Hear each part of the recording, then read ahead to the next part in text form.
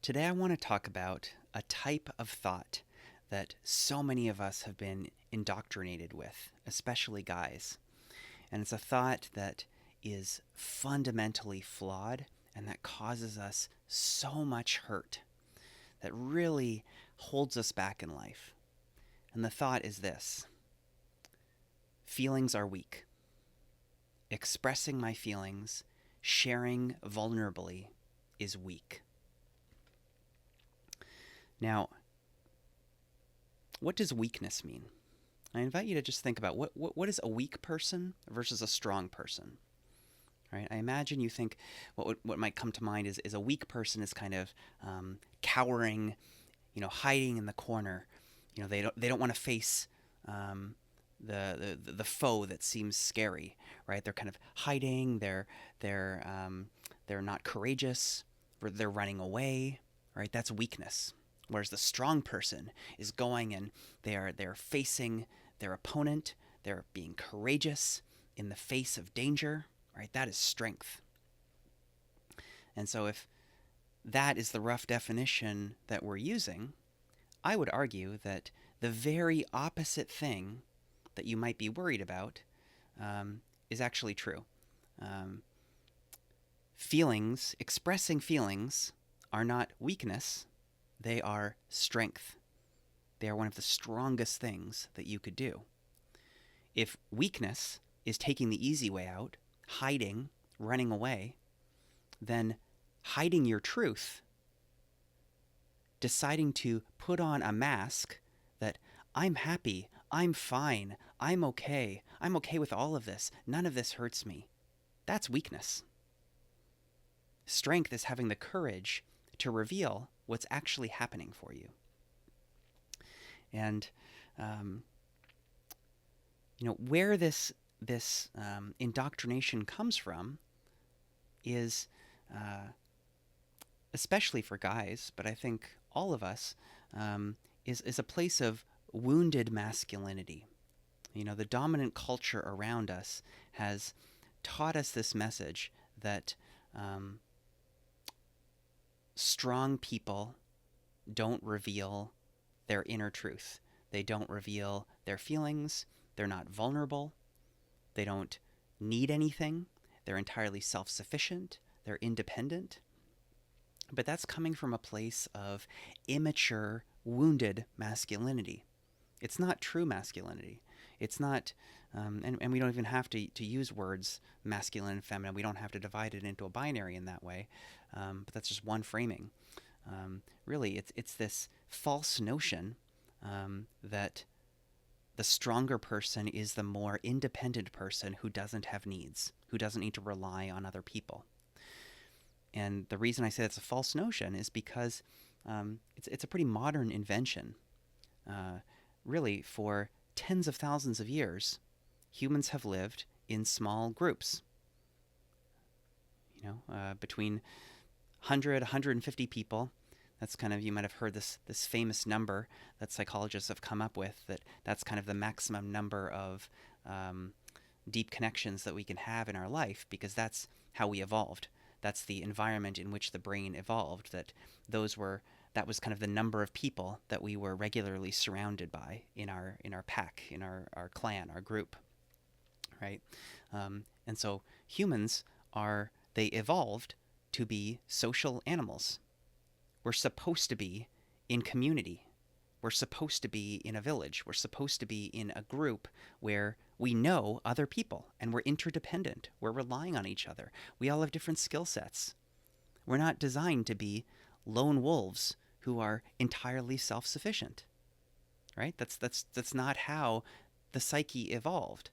And that's a huge reason why the vast majority of us today feel so stressed, so anxious, so overwhelmed, because we've been taught this false notion, or we've been forced into this false, version of life where we have to go it alone, where we feel like we have to do all of life either just ourselves or with maybe one partner. And that's it. It's the two of us against the world. Right? But for the vast majority of human history, it wasn't that way at all. It was me and my whole community against the world, right? Dozens of people all working together. Um, this is especially apparent with something like raising children, right? Nowadays, of course, so many parents are super stressed because it's only two people raising this kid and trying to go to work at the same time, right? Whereas in the past, hundreds or thousands of years ago, for most of human history, it was a whole village raising the kid. There would be aunties and grandmothers and friends and all the kids playing together, people sharing tasks, right? So it's very sad that we don't have that communal structure anymore to lessen our burden, to spread out the burden across many people. Anyway, that's the cultural context. But coming back to this question of sharing feelings,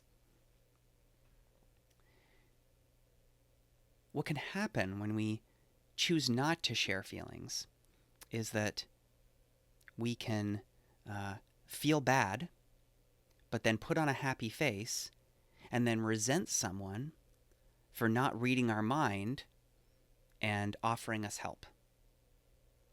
All right, we can do that with our romantic partners or friends, right? We can choose to not share vulnerably and act like everything's fine, but then we eventually get more and more frustrated when other people aren't noticing what we need. And we don't mean to do this.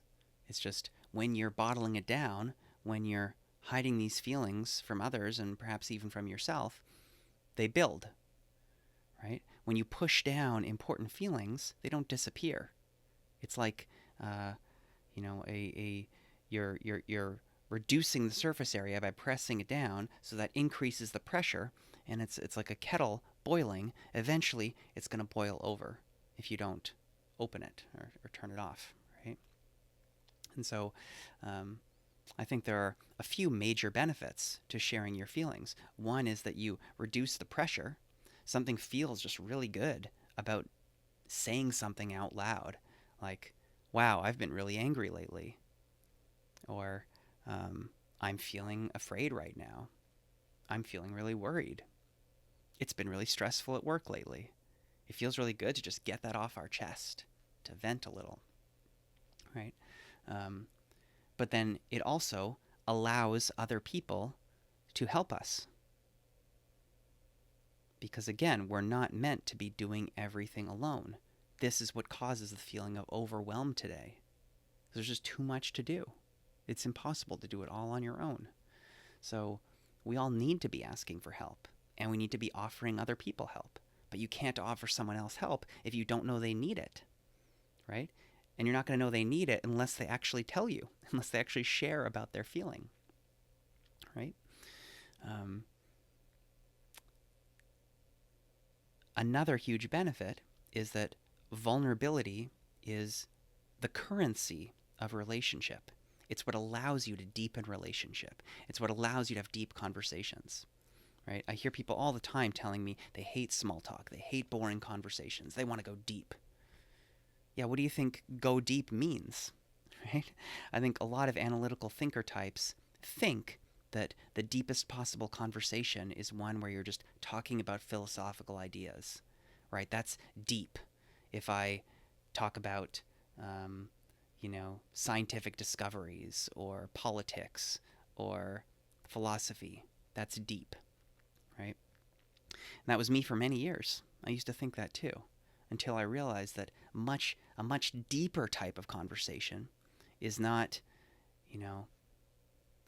what do you think about this thing in politics, or what do you think about this philosophical idea, but how does that make you feel,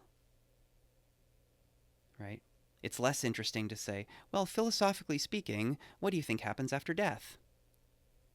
It's a lot more interesting to say, when you think about your death, how do you feel? How do you deal with that? How do you deal with the existential dread of death? That's way more interesting. That's way deeper, right? And that, in my experience, is the way that you really build deep, authentic relationship with others. And a lot of us complain, this other person's boring. This conversation is boring. This is small talk. Well, guess what? The way that you turn it into deep talk, the way that you make it not boring, is you be the one to share vulnerability first. That sets the tone for the conversation. If early in the conversation you say, hey, how about this weather lately? You're setting the tone, it's going to be a boring conversation. But if instead you set the tone of like, wow, I've actually been feeling pretty lonely lately.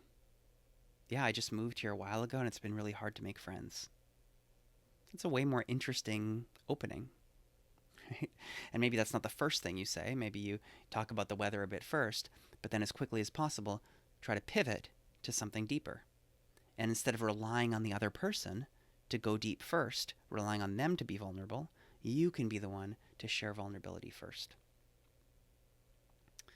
And, it really comes down to tone and state. So, yeah, there is some truth to sharing feelings can be weak if you do so in the wrong state or in the wrong tone, right? Notice the difference between these two. So option one is saying, gosh, I'm so lonely. Ugh, other people are so boring and it's so hard to make friends. Everyone's stupid and everyone just wants to make small talk. Ugh, God, why can't I ever meet anyone? Option two, wow, we're so disconnected in the modern world today, and it's really hard to make friends. So actually, to be honest, I've been feeling really lonely. Um, yeah, it's really confusing how to make friends as an adult, and like I know how important it is to have community, and I really want that. I feel this deep longing in myself for deep connection with others. I just don't know how to make it happen, right? I basically said the same thing, but that first one felt kind of desperate and needy and weak. And the second one felt like I was really owning things. I was really like speaking in a grounded way. And to me, that's strength, right? So you can share emotion from a place of strength. It's like if you're talking to your partner and they say something that makes you worried, like pretty much almost any fight that you might have with a partner, a romantic partner, the real thing that is feeling unpleasant for you deep down is probably going to be something like, I'm worried you don't love me. I'm worried you're going to leave me. I'm worried I'm going to be alone. Right? Look at any argument that you've ever had with your romantic partner. And, most of the time, I would argue a big percentage of it, if you keep asking, why do I worry about that? Why do I worry about that? All the way down to the bottom, the core fear is going to be, I'm worried you're going to leave me. I'm worried I'm going to be alone. And so one of those powerful things you can do in an argument or in a conversation with a romantic partner is just name the actual feeling.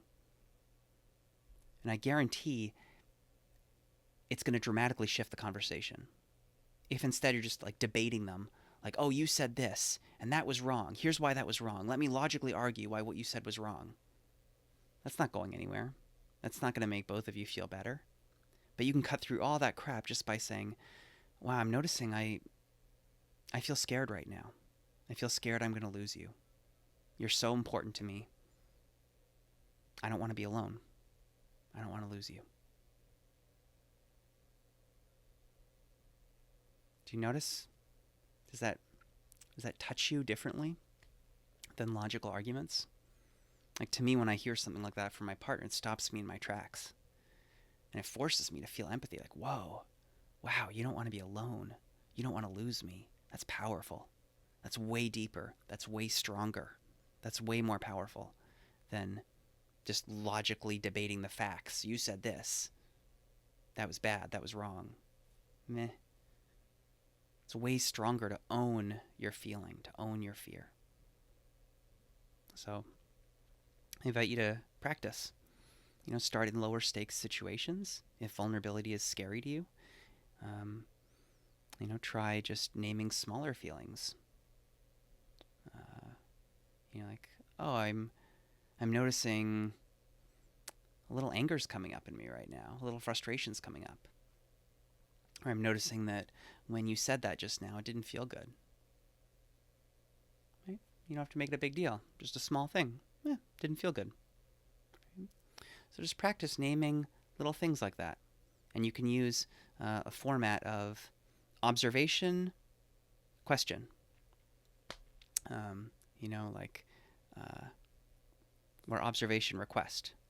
Like, hmm, yeah, something about the way that you said that just now didn't really feel good to me. Would you mind trying again with a different tone? Or, um,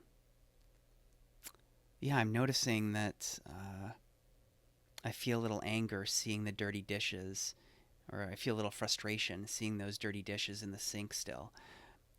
Would you mind cleaning those up by the end of the day? So, objective observation, request. All right? Start small, start in lower stakes things, not when you're feeling horrible, but when you're just feeling a little bad. And then the more you practice those, the more you can work up to the bigger, higher stakes situations. Hey, after finishing recording this, I had a few more thoughts come to mind that I think you might find valuable. So I encourage you to click here to watch the shorter part 2. All right. Hope that helps. Good luck with practicing. Love to hear how it goes in the comments, and I hope you have a nourishing day.